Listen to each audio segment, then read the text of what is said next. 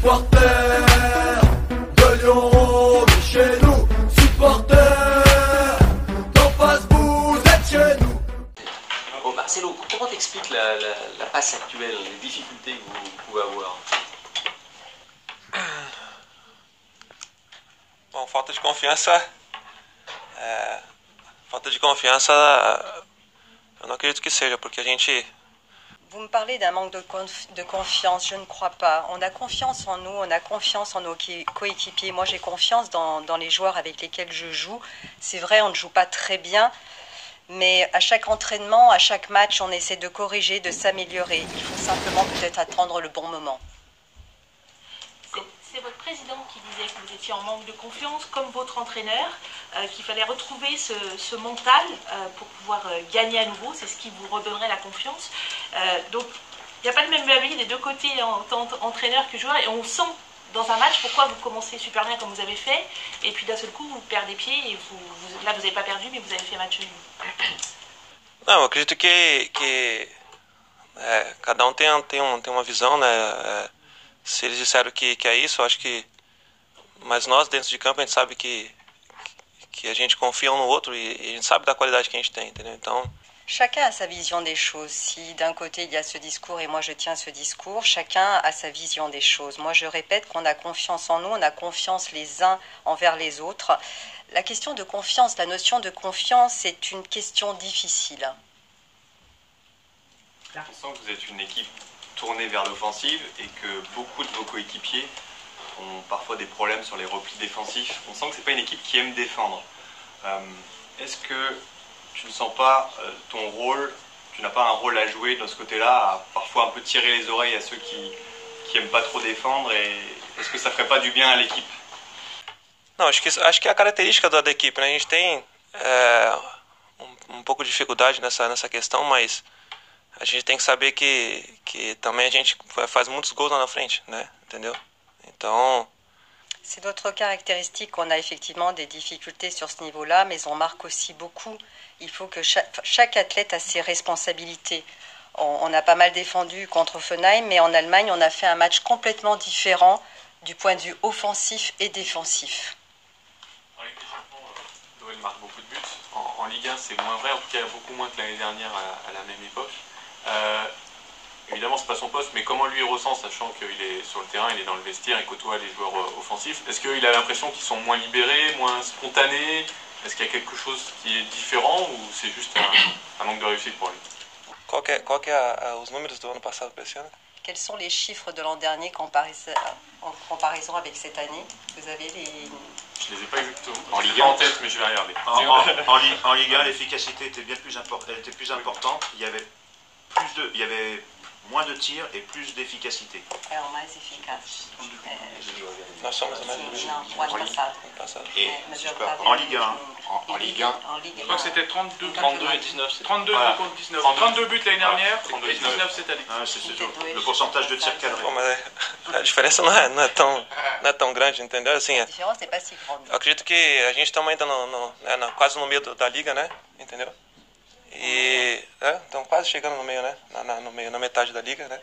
Então a gente tem muita coisa para evoluir, tem muita coisa para crescer, entendeu? E a gente, como eu te falei, a gente sabe que a gente tem muita qualidade para fazer gol. A gente teve muitas chances de gols contra o Hoffenheim. On est à mi-parcours de ce championnat. On va s'améliorer, on va continuer de grandir. On a eu contre Offenheim beaucoup d'opportunités. On a mis 2 buts. Il va falloir qu'on se concentre davantage pour finaliser et effectivement beaucoup de tirs et peut-être pas assez de buts. Mais donc il faut se concentrer pour marquer davantage. Et également, cette concentration n'est pas simplement sur un plan offensif, mais aussi sur un plan défensif. Justement, là, il parle de concentration. Est-ce que le climat autour de la légitimité de l'entraîneur, une légitimité supposée, de l'entraîneur sur les réseaux sociaux, par les supporters, par quelques médias aussi, parisiens notamment, ne pèse pas justement sur la concentration des joueurs? Est-ce que ça ne les perturbe pas un petit peu? Est-ce qu'ils en ont écho? Não, na verdade, isso aí a gente tem uma blindagem muito grande nessa questão. Então, o que vocês falam, né? É o que a minoria da torcida fala. Nous, en tant que joueurs, on est blindés face aux critiques ou aux dires des journalistes et des supporters.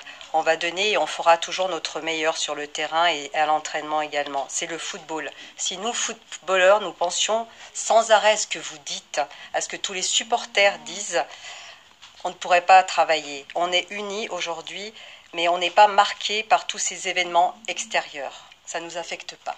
Marcelo, quel est ton regard sur le nouveau système défensif, enfin, le nouveau système de l'équipe en 3-5-2? Eu acho que funcionou bem, né, principalmente nesse jogo contra o Hoffenheim, que eles também jogam com 4, né, a 5 atletas na frente. Isso nos deu a possibilidade de estar um número maior na parte defensiva, né, de atletas. Ça a bien fonctionné contre Hoffenheim. On a fait un bon match et je pense qu'il faut mettre en avant le choix positif de Bruno Genesio. On doit se servir de ce qui a été positif pour avancer et également pour ce prochain match à Guingamp qui est très important. Justement, parlons de Guingamp, on parlait d'entraîneur aussi. Guingamp vient de changer d'entraîneur. On parle toujours d'effets psychologiques. Est-ce que c'est une donnée à prendre en compte en sachant que cette équipe n'a même pas encore gagné un match à domicile?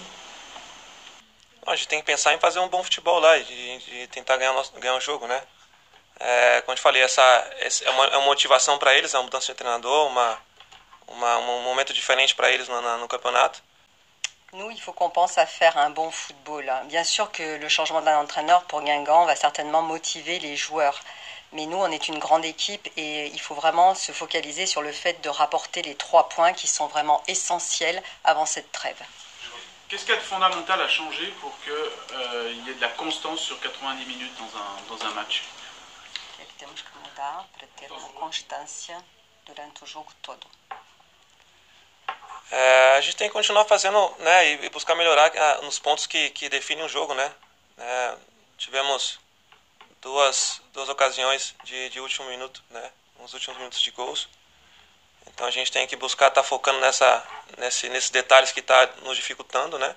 Ce n'est pas toujours simple, il faut continuer à s'améliorer. Dans les dernières minutes, nous avons des occasions et il faut finaliser, concrétiser ces occasions. Il faut aussi ne pas oublier qu'il y a 2 équipes sur le terrain, il y a 11 joueurs contre 11 joueurs et il faut aussi, chaque équipe et l'adversaire a des qualités également, ce n'est pas toujours simple. Déclaration à Angers et le recadrage de Bruno Genesio, Memphis est passé à côté de ces 2 derniers matchs. Est-ce que tu penses qu'il y a un lien de cause à effet entre les deux? Est-ce que tu sens qu'il a été affecté par cet épisode? Eu acho que não, acho que ele tá focado, né? Tá motivado, entendeu? Então, são coisas que já passou, né? Já tá tudo resolvido. Não sei nem porque até você tá tocando nesse assunto de novo, né? Mas non, je ne pense pas qu'il soit atteint. Il est motivé, il est prêt à nous aider. Tout est réglé aujourd'hui. Je ne sais même pas pourquoi vous revenez dessus. Pour moi, c'est du passé. Je reviens un instant sur le système. Tu nous disais que ça avait bien marché contre Hoffenheim. Et concrètement, qu'est-ce qui te plaît dans ce système? Quelles sont les forces de cette tactique? Et est-ce que toi, tu l'as connu? J'imagine que oui, au Brésil, au début de ta carrière. Est-ce que tu penses que tu es mieux, toi aussi, dans ce système que dans le traditionnel? Na verdade, quem tem que decidir é o Bruno, né? A gente tá ali disposto a fazer o nosso melhor, independente do sistema que a gente vem jogar, né? Nos últimos jogos, né? Nos últimos 3, 4 jogos até. Quant au système technique, c'est Bruno qui doit décider et nous, on doit s'adapter, donner le meilleur pour chaque système et dans chaque match pour lequel on évolue. Quant à mes performances, elles n'ont pas été de la même qualité sur les 4 dernières rencontres, mais ça fait partie d'un athlète et j'essaye de la vie d'un athlète, d'un footballeur et j'essaie de m'améliorer, de corriger. Je pense que j'ai été mieux sur les 2 dernières rencontres et c'est à moi de travailler sur ces détails-là.